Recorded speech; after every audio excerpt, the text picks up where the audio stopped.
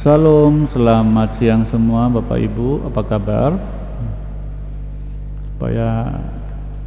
Semoga kita tetap disertai Tuhan dan diberi kesempatan untuk bersama-sama kita mendengarkan firman Tuhan. Sekarang kita masuk ke materi hal berdoa. Kita ambil dari Matius 6 ayat 5 hingga 15. Bisa saya bacakan sebentar. Hal berdoa. Dan apabila kamu berdoa, janganlah berdoa seperti orang munafik. Mereka suka mengucapkan doanya dengan berdiri dalam rumah-rumah ibadat dan pada tikungan-tikungan jalan raya, supaya mereka dilihat orang. Aku berkata kepadamu, sesungguhnya mereka sudah mendapat upahnya. Tetapi jika engkau berdoa, masuklah ke dalam kamarmu, tutuplah pintu dan berdoalah kepada Bapamu yang ada di tempat tersembunyi. Maka Bapamu yang melihat tersembunyi akan membalasnya kepadamu. Lagi pula, dalam doamu itu janganlah kamu bertele-tele seperti kebiasaan orang yang tidak mengenal Allah. Mereka menyangka karena banyak kata-kata doanya akan dikabulkan. Jadi janganlah kamu seperti mereka, karena Bapamu mengetahui apa yang kamu perlukan sebelum kamu minta kepadanya. Karena itu berdoalah demikian: Bapa kami yang di surga, dikuduskanlah namamu. Datanglah kerajaanmu, jadilah kehendakmu di bumi seperti di surga. Berikan kami pada hari ini makan kami yang secukupnya, dan ampunilah kami akan kesalahan kami, seperti kami juga mengampuni orang yang bersalah kepada kami. Dan janganlah membawa kami ke dalam pencobaan, tetapi lepaskanlah kami daripada yang jahat. Karena Engkaulah yang mempunyai kerajaan dan kuasa dan kemuliaan sampai selama-lamanya. Karena jikalau kamu mengampuni kesalahan orang, Bapamu di surga akan mengampuni kamu juga. Tapi jikalau kamu tidak mengampuni orang, Bapamu juga tidak mengampuni kesalahanmu. Amin. Saudara yang dikasihi Tuhan, tentang hal berdoa ini kita sudah paham semua. Mungkin Bapak Ibu sering membaca firman Tuhan ini, tapi tanpa kita sadari, kita ini kadang melanggar apa yang Tuhan perintahkan. Jelas-jelas di sini tertulis berdoa itu nggak perlu berdiri dan nggak perlu dipamerkan, tapi realitanya tanpa sengaja dimanapun kita berada, kalau kita berdoa itu dalam persekutuan maupun dalam dimana aja, kita tanpa kita sadari, karena kita diberi tugas berdoa, kita menggunakan kata-kata yang nggak biasa, ya, dilebih-lebihkan. Kata-kata yang harusnya nggak keluar kita keluarkan, supaya kata-kata kita dianggap baik, didengar orang, oh baik, oh sudah sering berdoa. Sering kita jumpai di gereja-gereja seperti itu, saudara-saudara, dimanapun, tanpa kita sadari. Padahal hal seperti itu oleh Tuhan itu tidak berkenan sama sekali.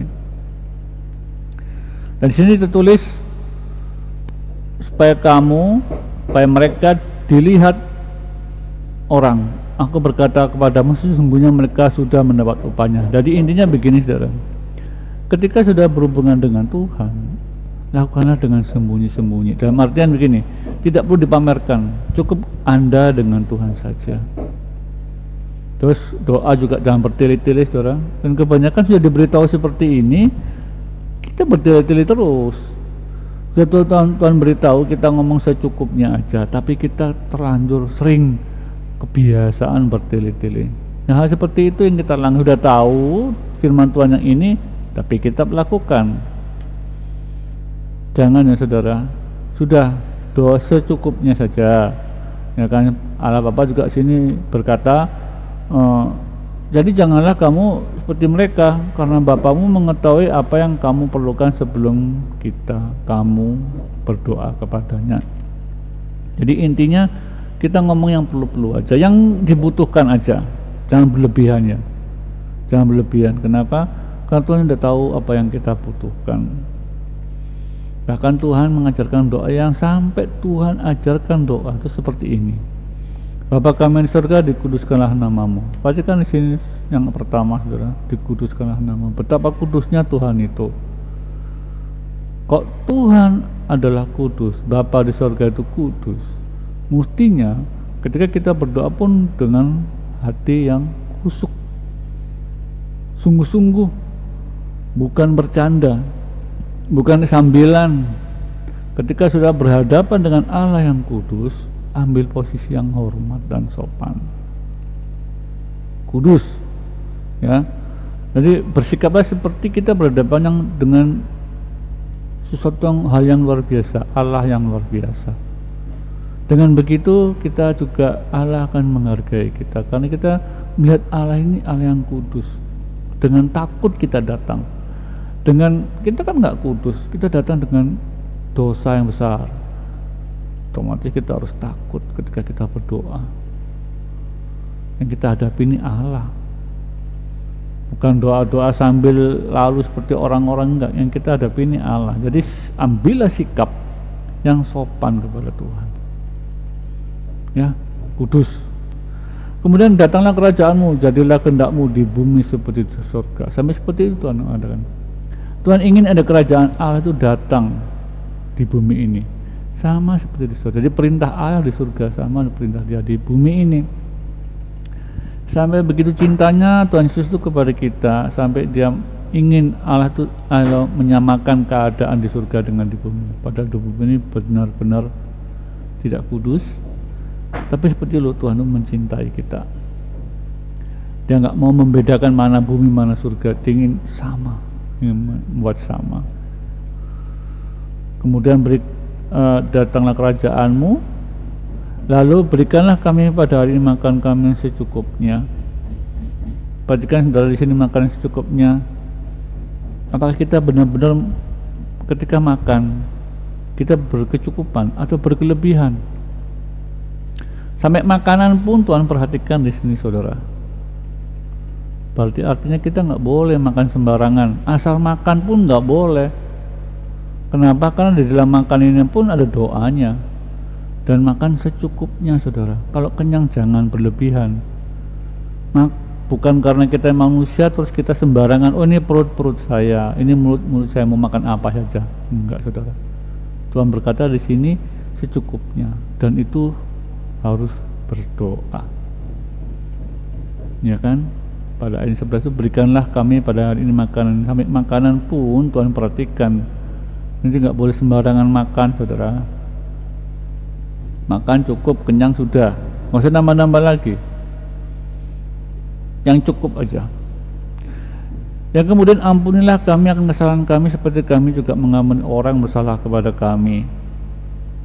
Wajib kita anak Tuhan mengampuni kepada semua orang. Ampuni, saudara. Enak nggak enak kita wajib mengampuni, karena itu perintah Allah. Bukan maunya saudara. Kalau saudara ingin ada dalam kerajaan Allah atau kita berkenan di hadapan Allah, ikuti perintahnya. Yang berikutnya, janganlah membawa kami ke dalam pencobaan, tapi lepaskanlah daripada kami yang jahat. Lepaskanlah kami daripada yang jahat. Kita nggak bisa lepas dari pencobaan, saudara. Hampir setiap hari kita dicobai, dan si jahat selalu ingin membuat kita jatuh. Tapi di sini ada doa khusus, janganlah membawa kami ke dalam pencobaan. Allah, Tuhan Yesus sama pikiran. Kita nggak mau ada masa-masa kita melewati masa-masa pencobaan. Kenapa? Karena kita nggak akan pernah kuat. Melewati masa pencobaan itu kita nggak akan bisa kuat. Kenapa? Karena ada iblis yang menunggu pas kita jatuh. Ya, karena Engkaulah yang mempunyai kerajaan, kuasa dan kemuliaan sampai selama-lamanya. Perhatikan di sini, saudara, di akhir kata. Walaupun ini dikurung, ya, saya nggak ngerti kenapa yang dikurung.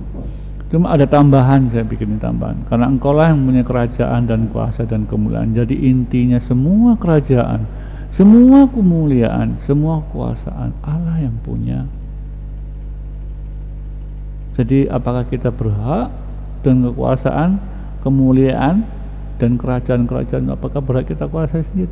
Itu Allah yang punya. Kalau bukan karena kehendak Allah, kita nggak punya kesempatan untuk menguasai. Nah berikutnya, jika engkau mengampuni kesalahan orang, Bapamu juga surga akan mengampuni kamu juga. Tapi jika kamu tidak mengampuni orang, Bapamu juga tidak mengampuni. Intinya begini, kita di dunia ini harus saling mengampuni. Siapapun juga gitu, orang jahat sama kita, semakin kita banyak dijahati, semakin kemuliaan Tuhan ada. Di mana kemuliaan Tuhan ada? Di pengampunan. Semakin kita disakiti orang dan kemudian kita mengampuni, itu Allah menyertai kita. Dengan bimbingannya kita dibimbing untuk mengampuni orang. Ketika kita mengampuni orang, apakah kita yang mengampuni, saudara? Bukan, Allah Bapa. Supaya apa? Supaya Allah juga mengampuni segala dosa-dosa yang kita lakukan. Seperti itu Bapak Ibu, tentang hal berdoa. Dari hal berdoa ini kita bisa belajar satu, tentang kekudusan Allah Bapa. Berarti kita juga harus kudus dalam berdoa. Dalam artian kita harus sungguh-sungguh, baju yang bagus, rapi. Kemudian tutur kata juga jangan berlebih-lebihan, secukupnya aja kata-kata, karena Allah juga tahu. Yang berikutnya adalah saudara tahu bahwa kehendak Allah di surga dan di bumi itu sama, karena doa itu ada tertulis di sini. Jadilah kehendakmu di bumi seperti di surga. Jadi kalau ada suasana bumi ini seperti surga, damai kita. Kemudian berikanlah makanan jadi topik utama di dalam doa kita. Cukupnya, saudara. Tuhan dalam doa sudah tulis, berikanlah makan kami secukupnya. Kadang kita berlebihan. Ya, silakan tuh, sakit penyakit muncul semua itu. Kemudian ampunilah, sudah saya jelaskan tadi, jangan membawa kami dalam pencobaan. Jadi kalau saudara ada masalah, ada tantangan, jangan mencobai. Yang sifatnya kejahatan jangan kita coba-coba, jauhi. Yang kira-kira ke depan kita diberi pekerjaan sifatnya membuat kita jahat, jangan, jauhi aja. Karena hal seperti itu membuat kita jatuh dalam berbagai macam dosa dan pencobaan. Saya kira cukup perenungan firman Tuhan pada siang hari ini, saudara. Karena firman Tuhan ini menjadi kekuatan kita dari saat ini sampai selama-lamanya.